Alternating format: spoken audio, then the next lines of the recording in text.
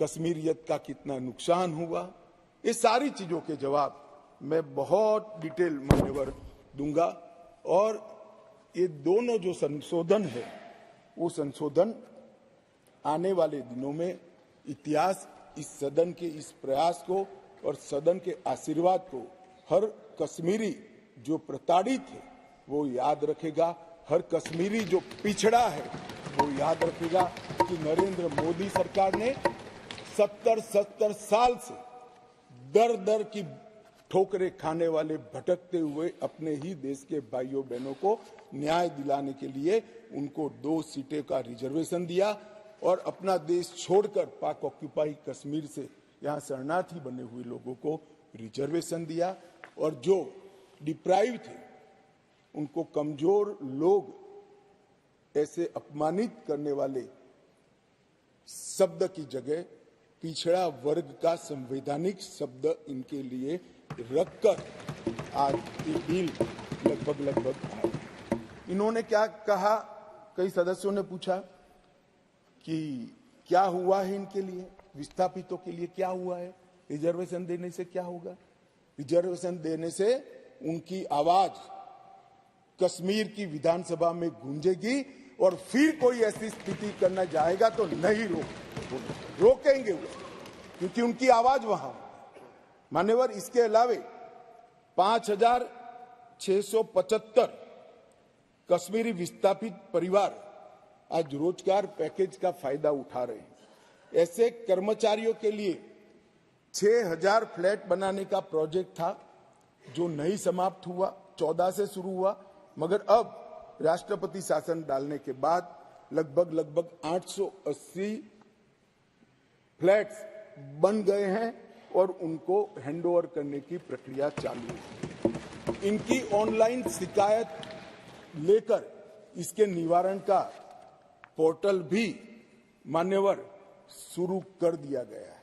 और एक बहुत महत्वपूर्ण कानून, जो लोग कहते हैं, मैं कश्मीर के जो सांसद बैठे हैं उनको विशेष रूप से कहना चाहता हूं, क्या हुआ जो कहते हैं इनको बताना चाहता हूं।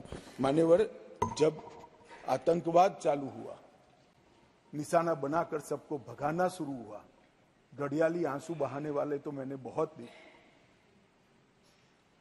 शब्दों से अच्छे तरीके से सांत्वना देने वाले मैंने बहुत नेता देखे हैं, मगर नरेंद्र मोदी एकमात्र व्यक्ति ऐसा है जिन्होंने इनके आंसू साच अर्थ में पोंछने का काम किया। मान्यवर, उनकी पीड़ा का हम कल्पना नहीं कर सकते, जो करोड़ों रुपए का प्रॉपर्टी वहां छोड़कर जान बचाने के लिए कहीं बेंगलुरु, कहीं अहमदाबाद, कहीं दिल्ली, कहीं जम्मू में जाकर कैंप में रहे हैं, अपने स्तर से बहुत नीचे जीवन जी रहे हैं।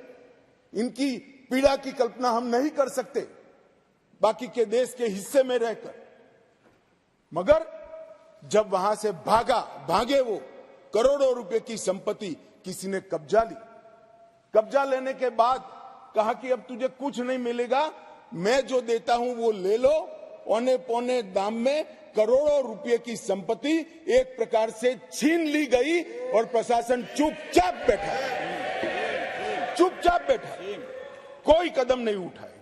और मान्यवर, हमने इसका रास्ता ढूंढा, नया कानून बनाया और वो रिट्रोस्पेक्टिव इफेक्ट से उनको वापस देने का काम भारतीय जनता पार्टी की नरेंद्र मोदी सरकार। ये पूछते हैं क्या हुआ था वो भी बताया और अब क्या हुआ वो भी बताया। और बहुत बोले हो, धैर्य रखना सुनने का, आज जरा धैर्य रखकर सुनना। और मेरा निवेदन है, जितने बैठे कम ही बैठे हैं, चले न जाए।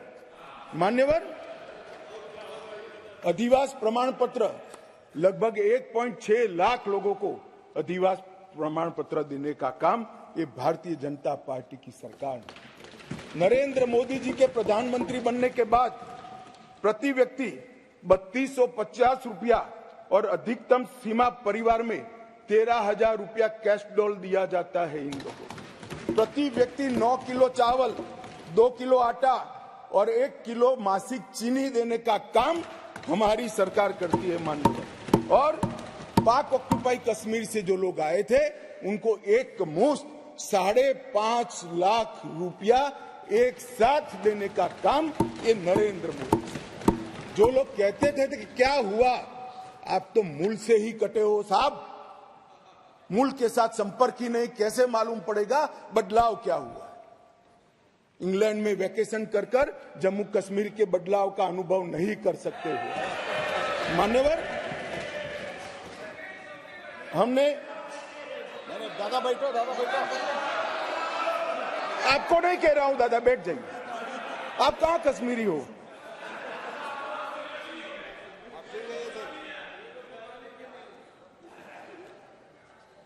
मान्यवर, एक बैकवर्ड क्लास कमीशन बनाया गया, बहुत सहभागिता का अप्रोच बैकवर्ड क्लास कमीशन ने लिया। हितधारकों के साथ कई दौर का बैठक के किया, 198 प्रतिनिधिमंडल और 16,000 लोगों को की सुनवाई हुई। 750 दिन ये प्रक्रिया चली। सभी 20 डिस्ट्रिक्ट में जाकर ये सुनवाई की गई और लगभग 26,000 से ज्यादा पोस्ट में मिली हुई लिखित अर्जियों को भी संज्ञान में ले लिया गया। और जम्मू कश्मीर आरक्षण अधिनियम, इसके अंदर सुधार करने का अभी जो आया है उसमें से एक मूल तत्व, बाकी के 2 बिल तो ST department, schedule tribe department और पिछड़ा वर्ग डिपार्टमेंट लेकर आएंगे, मगर अभी एक तत्वतः फेरफार किया है, बदलाव किया है। जो मसूदी साहब कहते थे कि पहले भी था, हाँ था, पहले था, परंतु कमजोर वर्गों के लिए था। इसकी जगह संवैधानिक नाम अन्य पिछड़ा वर्ग देकर उनका सम्मान करने का काम नरेंद्र मोदी जी। यहां कांग्रेस के ढेर सारे मित्र बैकवर्ड क्लास करते हैं। कुछ नेता होते हैं जिनको हाथ में कुछ लिखकर पकड़ा लो तो 6 महीने नया कागज ना आए तब वही बोलते रहे बैकवर्ड क्लासेस। भाई पहले आपका इतिहास तो देखो। मान्यवर, मैं ऐतिहासिक सत्य के साथ इस सदन के अंदर स्टेटमेंट करने में झिझक नहीं रहा हूं कि बैकवर्ड क्लास का सबसे बड़ा विरोध और बैकवर्ड क्लास को रोकने का काम कोई एक पार्टी ने किया है तो कांग्रेस पार्टी ने किया है। मान्यवर, आज मैं पूछना चाहता हूं सदन के, पवित्र सदन के अंदर खड़े रहकर, पिछड़ा वर्ग आयोग को 70 साल से संवैधानिक मान्यता नहीं दी जाती थी। क्यों नहीं दी जाती थी? क्यों उनको सम्मान नहीं मिलता था, जबकि संविधान का मैंडेट था, मगर नहीं दिया गया। नरेंद्र मोदी जी ने इसको संवैधानिक मान्यता देने का।